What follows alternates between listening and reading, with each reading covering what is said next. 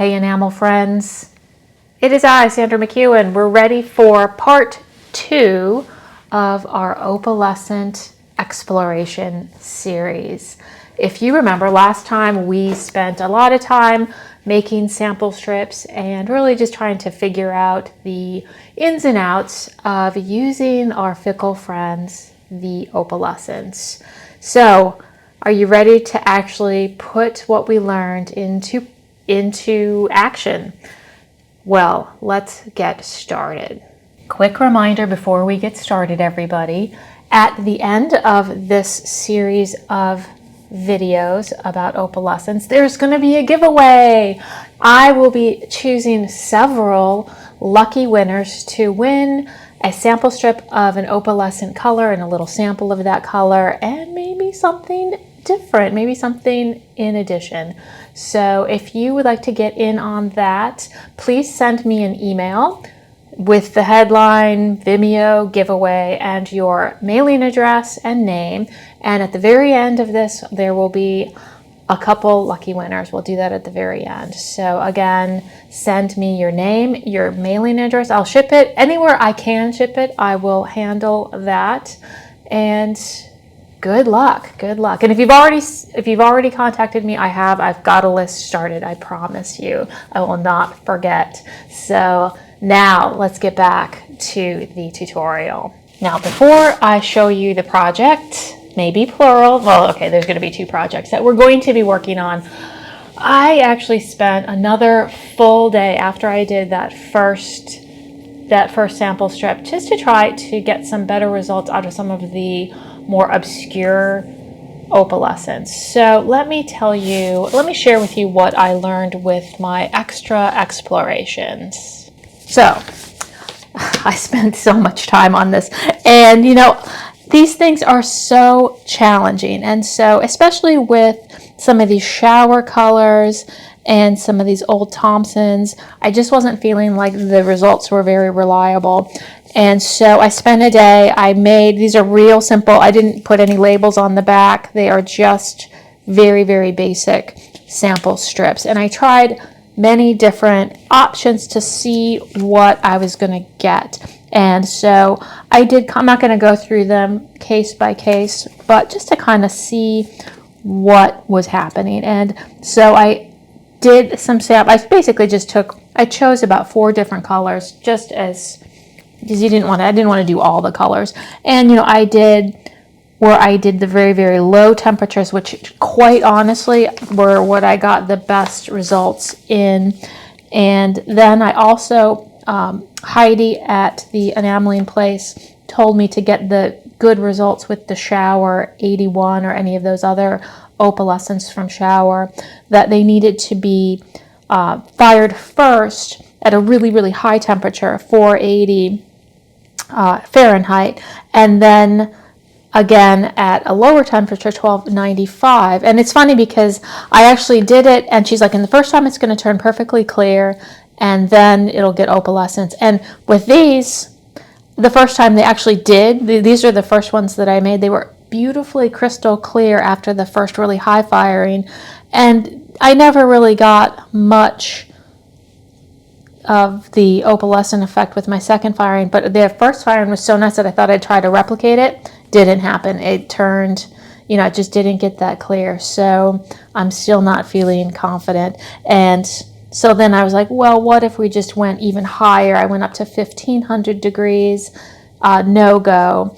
And then I even thought, well, maybe it's the silver is the problem. Maybe I should try some of these on copper and they would just look glorious over copper. You know what?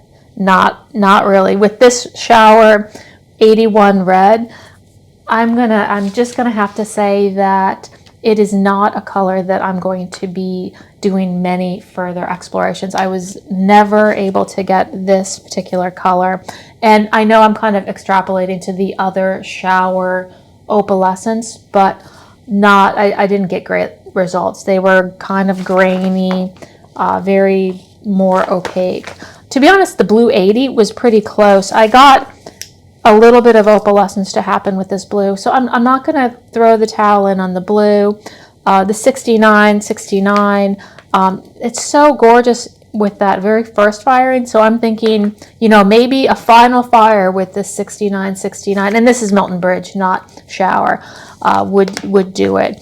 And so, yeah, so it was just, you know, you keep hammering at it, and I'm probably going to even try some more because I feel like I should be able to get these things to work. But that being said, we might be using one or two of these colors. We're definitely not going to be using these pinks in the project that we're working on. But I just wanted to share. So I took notes. I made this thing that I can now remember what happened and what I did. So if I wanted to go back, I can. So that being said, let's actually get to the project at hand. I've been really wanting for a long time to make some eyeball jewelry, and I thought that these particular colors would really lend themselves really well to maybe a dragon eyeball, a person eyeball, and so you know what? That's what we're gonna do. I am super excited about both of these, and I couldn't decide because I was like, I want to do a ring for sure, and I thought this would be super fun, an eyeball ring, human eyeball ring, and also a dragon eyeball brooch, and I couldn't decide, and so we are going to do both of these projects. We're not going to do them concurrently. We're going to start with this eyeball because this is probably going to actually have the most common used opalescence. We're going to be using the T8 opalescent, and honestly I couldn't even decide which color eyeball I wanted to do, so I'm going to make all three because just like, you know, when we're working with opalescence, I'm going to hedge my bets and make more than one, and hopefully of the three eyeballs that we make, we'll get one good one out of it, I'm hoping. And so we're going to start today with this, and then oh my gosh, I cannot wait to do. I actually think maybe this is the dragon eyeball that I really want to do, but I might do all three as well. So that is what we're going to get started on. And this is just a quick little sketch that I did. And I also, just to kind of sweeten the pot a little bit, and we're going to be making the settings. I haven't quite exactly figured out what they're going to look like, but we're going to make a ring, a sterling silver ring, and a sterling silver brooch. And we are going to be using the arc welder to make one or both of these. And I know not everybody has an arc welder, but the people that do have been asking for a while for me to do an arc welder project. And so after we get our beautiful enamel eyeballs done, we're going to pick maybe the two best ones and turn them into a brooch and a ring. And we're going to entirely use the arc welder. We're not going to do any soldering. Totally out. I have not ever done anything as elaborate, and so I'm looking forward to making these things with you. So, eyeballs. So to get started with our human eyeball, it's obviously not going to be the full size of a human eyeball, just because I want it to be a fairly reasonable size ring. And I've already made one. I'm going to make two more. We're going to start by creating this one's going to have a really big dome on it because I want it to have a nice round shape. So we'll start, and we are going to work on silver on this. And so we're going to start by making this shape. And I did borrow a tool from my friend. A shout out to Betty McKim. She lent me, and I feel like I should buy one of these. This tool, let me lift up a little bit and grab these things. She lent me this block that has all these different, because I have a smaller one, but I didn't have one that went quite big enough, and I wasn't sure how big I wanted to go, and she graciously lent me this really heavy block and also these size dapping things. I'm going to use that, and we're going to start with, you could probably go, because we're going to be doing such a really deep shape here, you can probably go pretty thin with your metal. I am doing 22 gauge fine silver sheet, but you might even be able to get away with 24 gauge because it's small and it's going to be super domed. And I've started, we want our eyeball to end up being about the size of this little guy right here. And if you'd like to know what size that is, and I will go ahead and put this printable in the description. If you're on Vimeo, it'll be a link to it in the video description, the text video description. And if you're on my website, it will be on the page where you see all the other links. And so it's basically 3/4 of an inch, or if you're metric, we'll call it 20 millimeters in diameter is what we want to end up. And so I've started with a slightly larger piece of fine silver, and we're going to actually start, before we get to the dapping thing, we're going to start by cutting out a circle. And you could absolutely saw this out, but I'm going to make my life just a little bit easier, and I'm going to punch out this circle. And because we're doming it so much, I'm actually going to make the circle a little bit bigger. I'm going to, and of course, also because I don't have every single size, I am using, I think this is 7/8 of an inch, 23 millimeters. So it's a little bit bigger because when we dome it, it's going to get a little bit smaller, and just happened to work out perfectly. So let's go ahead and punch this. Oh, you can see I've got the refuse from the first one that I punched. We're going to go ahead and punch that out carefully. Actually, I'm going to go this way.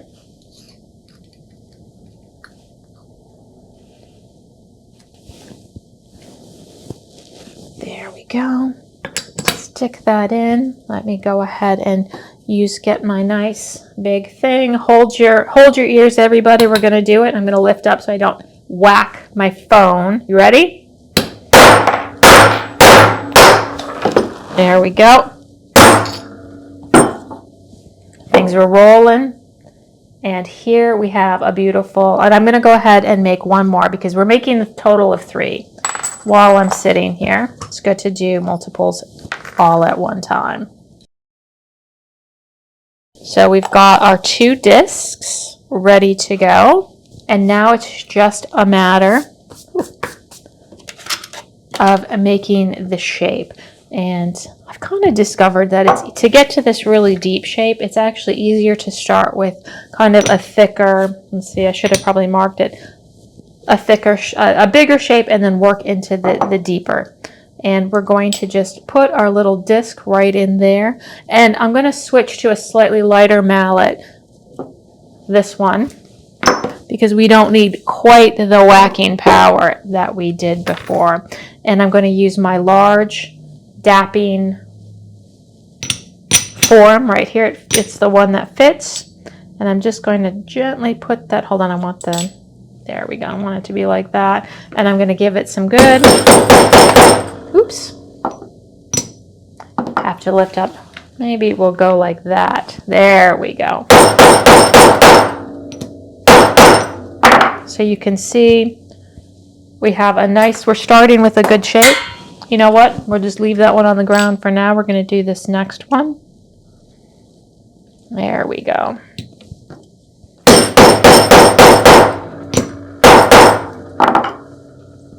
Nice shape. It's a perfect, if you were going to do something more mild, you can do any shape you want, but we're going to work up to something a little bit more extreme. So we're going to go to the next size. Let's see, where is it? Was it this one? Yes. So I'm going to go ahead and put you right in there. Just center it like that. And what I love about this cube is it's very concise. It's not going to take up too much room. And I can't believe I don't have this tool. Like, is it surprising that I'm missing a tool?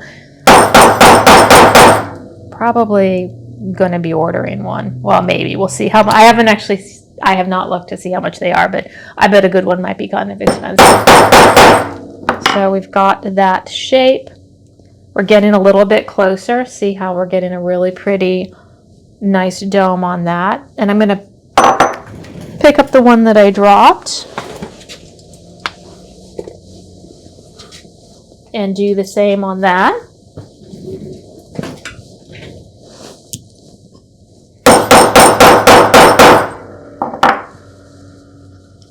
Make sure it's nice and even.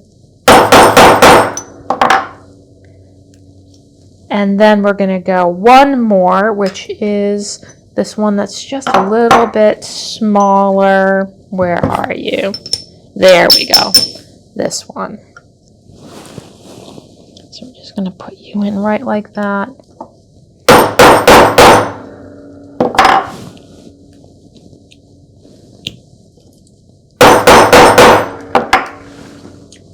There we go. A nice, deep. It's not a perfect half sphere, but I like the shape of it. It's going to be just right. So let's go ahead and do the same with you.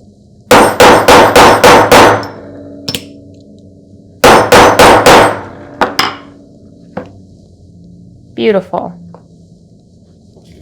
So we have our 3 shapes, and you can see we have just a little bit of marring on the silver here where we were doing our hammering.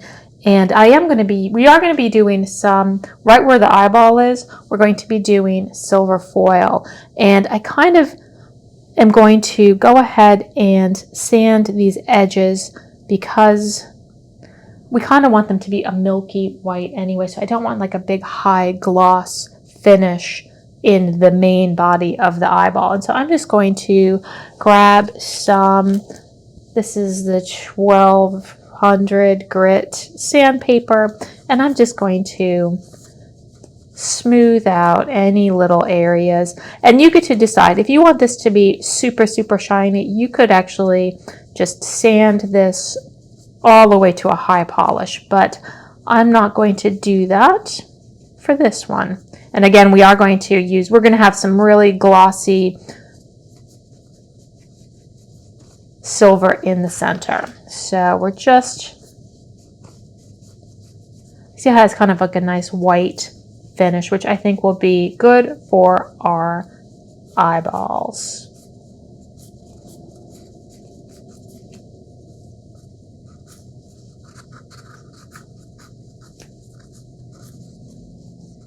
And again, you're making 3, so you could do, if you're making 3, you don't have as many as you're making. If you're making more than one, maybe try a high gloss finish on one. There's lots of different options. Just make notes. So there we have our 3 shapes of the eyeballs. And the next step is to make our piece of fine silver foil for the center. We're going to be using my favorite fine silver foil from enamelartsupply.com. It is 10 microns thick, and we're going to be doing kind of a handmade texture on this. So let's go ahead and grab a little piece. We don't need a full sheet. Let's get, ooh, look how pretty that one is. Let's pull you out. There we go.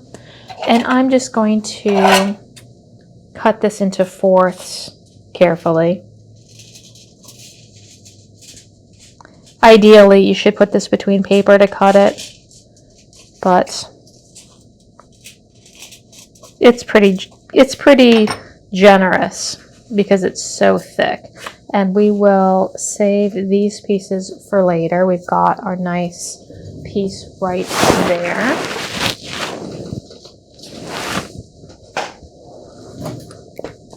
And you can absolutely cut these out with scissors or tiny scissors, whatever. I am going to go ahead and use my punch to punch these out just because I want them to be perfect little circles. And I have this, you spent the money on this, we're going to use it. And so I'm going to cut the circles out first, and then we will do the texture.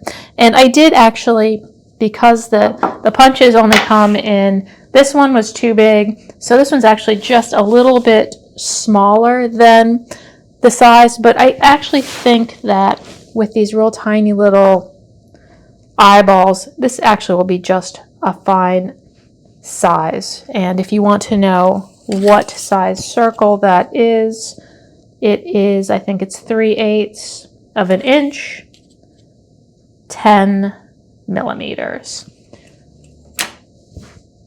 And we will get these out of the way. We're going to start by, let's get a little piece of paper. We do want to sandwich them between some paper. Let me just steal some of this handy dandy paper right here.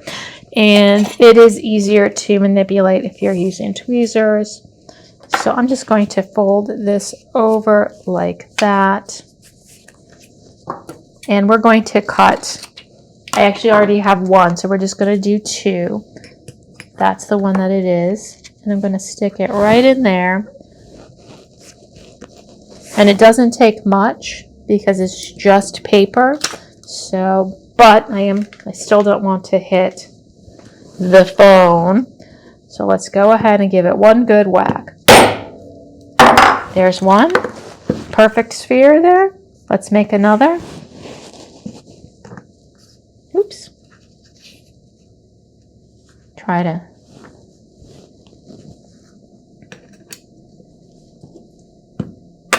Ugh. There, we have two lovely spheres. Thank you to that little guy. And we're done with our circle cutter, so we'll save these. We'll make some more later.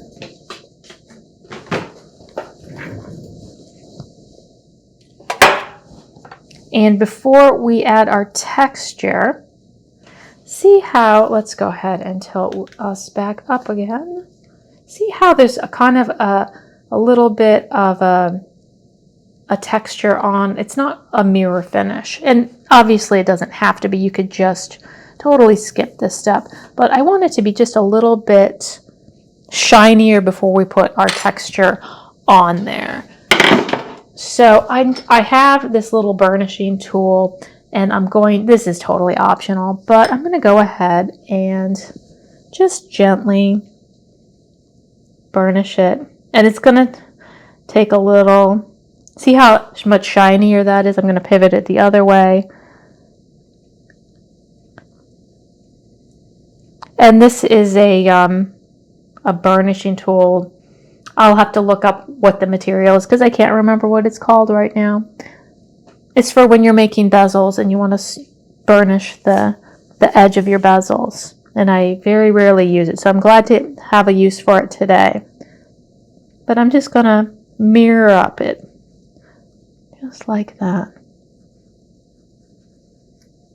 Super extra shiny now.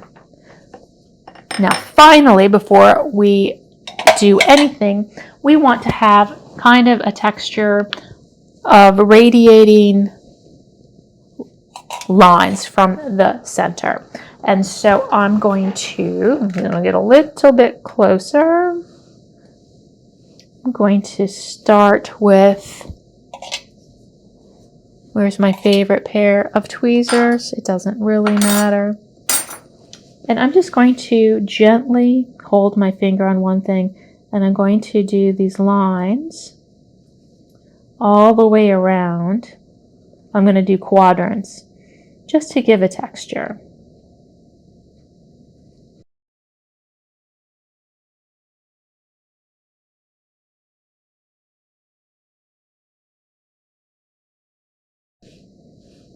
There we have a nice piece of textured foil ready to become an eyeball.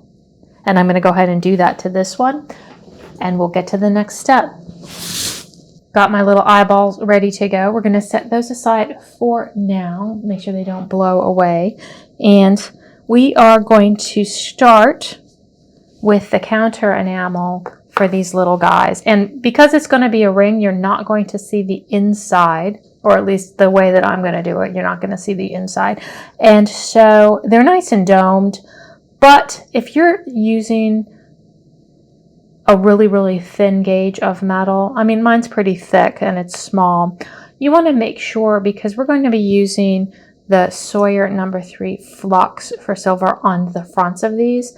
And because it's a little bit harder, I've discovered that with smaller pieces or really thin gauge pieces of metal, if I do, remember I normally do my soft black unleaded on the backs. Sometimes I can get a little bit of cracking on the front because we have a soft enamel on the back and a slightly harder base. Not a great combo. So because I want there to be no cracking, I want it to be, if there's going to be lines in these eyeballs, I want to put them there on purpose. I'm going to use this on the front and the back. Same thing on both sides. Will ensure that it is a good solid base that will be no cracking, because we're not adding that many wires and we want them to be flawless. So that being said, I've got my 3 trivets, and also I did take a moment and I just made sure, see how I just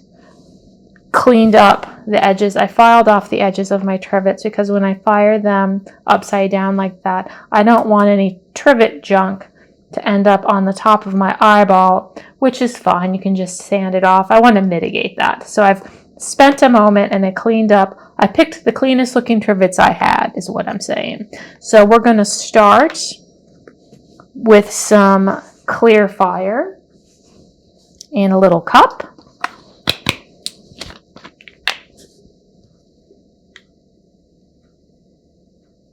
There we go. Don't need too much. We need enough. Perfect. And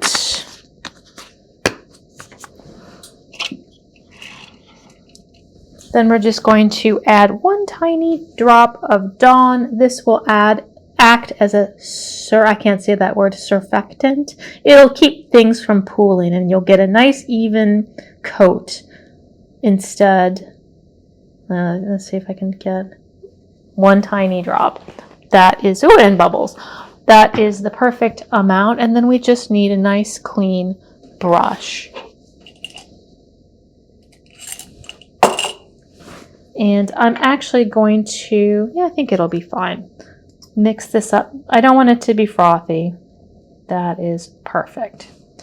Now I'm just going to put a little bit of this flux in here. Don't forget to put on your respirator anytime you're sifting. And we'll just we're going to do 2 coats total.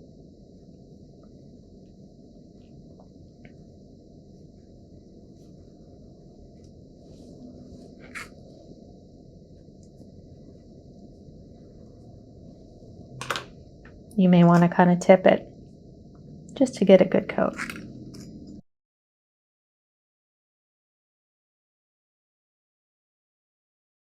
I've got my kiln just turned on to 1430 Fahrenheit, 776 Celsius. I'm going to let these dry really well and fire them, and we're going to do 2 coats on the back. First coat is fired. We're going to add a second coat, fire it, and move along.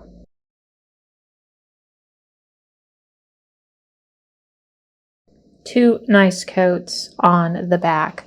We are going to put 1 nice coat on the front in the same manner. Have a look and make sure there's no little spots from these trivets before you proceed, because now we're on the front and we want to make sure that everything is nice and clean. In fact, I think it'll be easier to do this on my finger rather than on a trivet, just so I could get a nice even coat.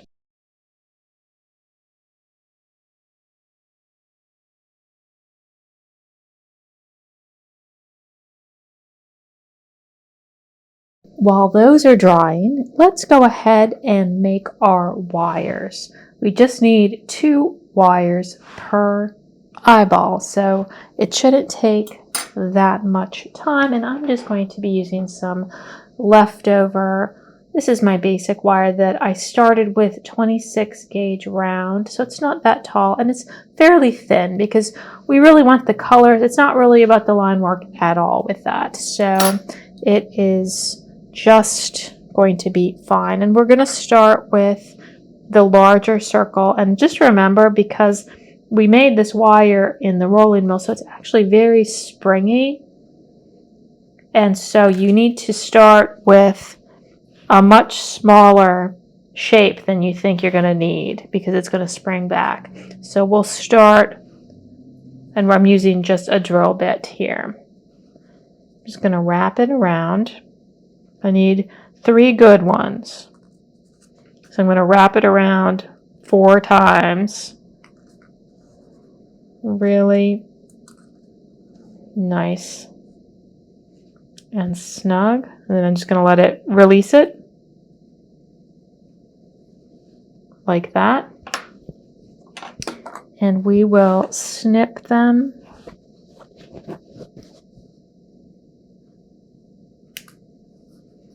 Let's see if I can get, there's 1.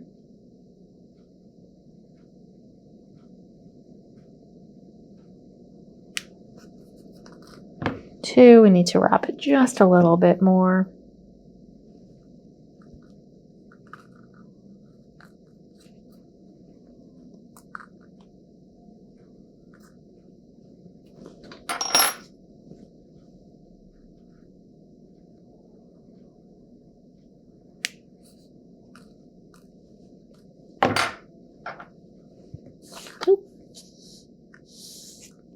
That should be just fine. And we'll carefully see how it's a little bit like an open jump ring. I don't want to mess up the circle. I'm just going to set those. They don't have to be perfect. That should be good. And we got a 4th one just in case we need it. And then for the tiny little eyeball in the center, I'm going to do the same thing, but with a much smaller drill bit. We are ready to add our tiny little bit of silver foil. Now, these might be stuck to the trivet, and that is a good thing because we don't want these things sliding around. So don't fret at all if these are stuck to the trivet. In fact, you may want to encourage it. This one is not, but this one is. And this one is. So it just keeps things a little bit more stable. Let me grab we're just going to use the regular glue that we were using, the clear fire. And I'm just going to put a little dollop straight in the middle. Pick up one of our little guys and stick him in the middle. You may want to put him this way. Just like that. And use your finger. It just needs to be positioned in the right place. It doesn't have to be pushed all the way down. So just get all 3 of them positioned. We'll let them dry. And I'm going to put them back in the kiln after they're dry. And let them stick to the silver.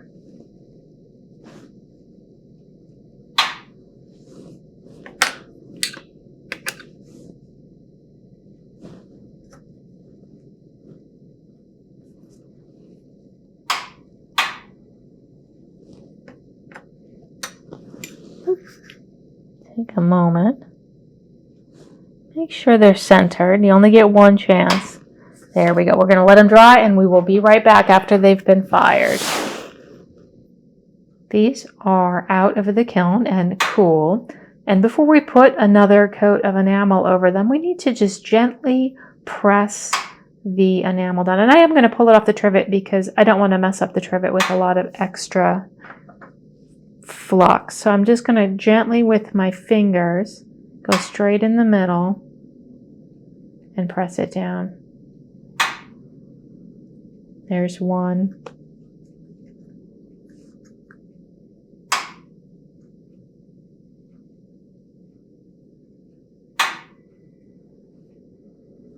There's another. Oh, they're super sparkly.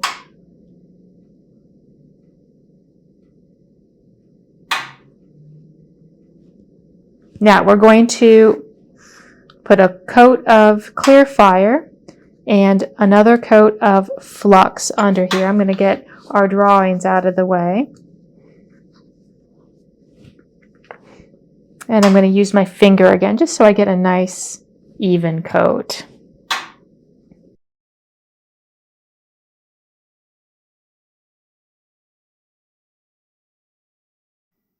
We'll let these dry really well. Fire them 1430 Fahrenheit, 776 Celsius, and then we'll glue our wires on. It's time to glue these little bits of wire in place. Going to keep things very simple and just continue to use my clear fire since they're so basic. I'm just going to dip each one of these and place it right over where we put the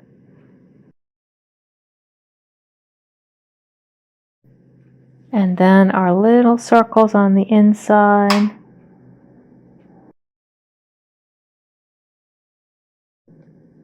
We will let these dry, fire them, and talk about what we're going to be doing in the next video. Be right back. There we have it. These are fired down. There's kind of a big gap in my circle, but I decided to live with it. You might want to be a little bit more careful with yours. We'll just fix that with the color. Not going to worry about it at all, but I really love the texture of it. Already looks like an eyeball. It just needs a little exciting color, which we will do in the next video. We shall do a blue eyeball, a green eyeball, and a brown eyeball and get them all finished. So that will be very exciting.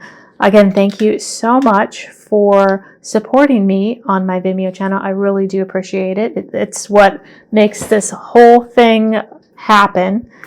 I hope to see you in the next video where all the excitement is. And then obviously we can all get excited about the dragon's eye that is coming on down the pipeline as well. So take care, everybody, and have a great week.